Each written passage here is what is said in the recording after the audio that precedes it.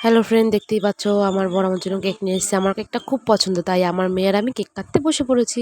আর আমার বর মোমবাতি হাতে নিয়ে চেষ্টা করেই যাচ্ছে ধরানোর জন্য, কিন্তু কোনো মতেই সেটা ধরছে না। লাস্টে কী করবে, আমার বড়টা দেবো লাস্টে ফেলেই দিয়েছে। আর আমার মেয়ের আমি সহ্য করতে পারছি না বলে আমরা কেক কাটা স্টার্টিং করে দিচ্ছি।